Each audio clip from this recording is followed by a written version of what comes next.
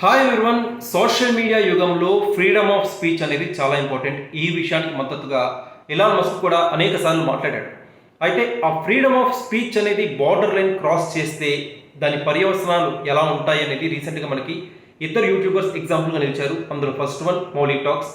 అతను ఏం చేశాడు అందరికీ తెలిసిందే. ఆంధ్రప్రదేశ్ క్యాపిటల్పై అతను ఒక చిన్న స్టాండప్ కామెడీ ప్లే చేశాడు. ఆ జోక్కి వైఎస్ఆర్సీపీ క్యాడర్ తీవ్రంగా హట్ అయిపోయింది. మళ్ళీ ఆంధ్రప్రదేశ్ క్యాపిటల్పై ఇలాంటి జోక్స్ వేస్తే పర్యవసానాలు తీవ్రంగా ఉంటాయని చెప్పి అతను హెచ్చరించింది కూడా. దానికి అతను అపాలజీస్ కూడా చెప్పాడు. తన జోక్ ఎవరైనా హర్ట్ చేస్తుంటే సారీ అని చెప్పాడు. ఈ విషయంలో తన ఫ్యామిలీని లాగదని చెప్పి కూడా తను రిక్వెస్ట్ చేశాడు. దాంతో ఆ విషయం అక్కడితో ముగిసిపోయింది.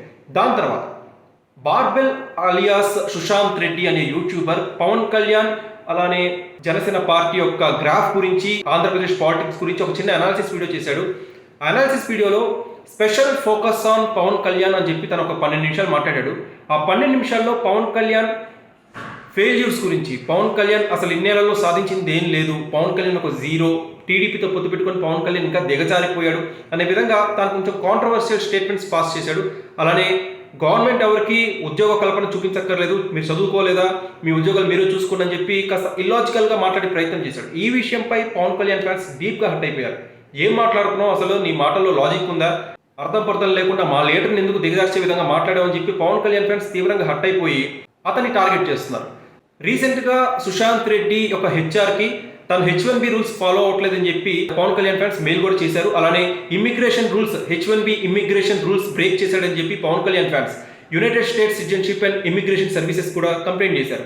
అయితే ఈ విషయంపై ఇంకా అతనిపై ఎలాంటి యాక్షన్ తీసుకోలేదు. తానేం చెప్తున్నాడంటే, నేను ఎలాంటి రూల్స్ బ్రేక్ చేయలేదు, నేను అక్కడ డేటా సైంటిస్ట్గా వర్క్ చేస్తున్నాను, నాకు 8 to 7 జాబ్ ఉంది, దాని తర్వాత నేను ఖాళీ సమయంలో యూట్యూబ్ వీడియోస్ చేస్తూ ఉంటాను తప్పితే నేను అక్కడ ఎలాంటి తప్పు చేయలేదని చెప్పి అతను ఎక్స్ప్రెషన్ ఇస్తున్నాడు. But Pawan Kalyan fans version ఏంటంటే, ఈ H1B రూల్స్ బ్రేక్ చేయడం కిందకే వస్తుంది, అక్కడ ఇల్లీగల్గా యూట్యూబ్ ఛానల్ రన్ చేస్తున్నాడని చెప్పి అతనిపై కంప్లైంట్ చేయడం జరిగింది.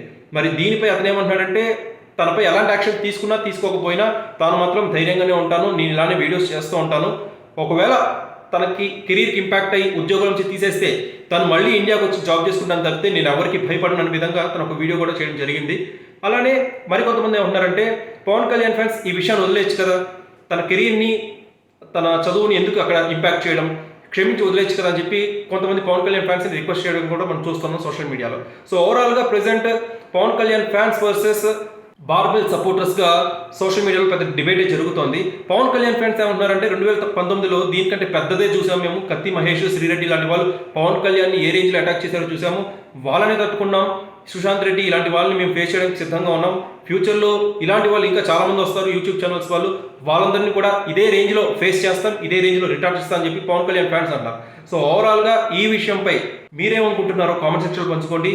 సుశాంత్ రెడ్డి కరెక్టా, పవన్ కళ్యాణ్ ఫ్యాన్స్ కరెక్టా, ఎవరు కరెక్ట్ అనుకుంటున్నారో కామెంట్ సెక్షన్లో పంచుకోండి.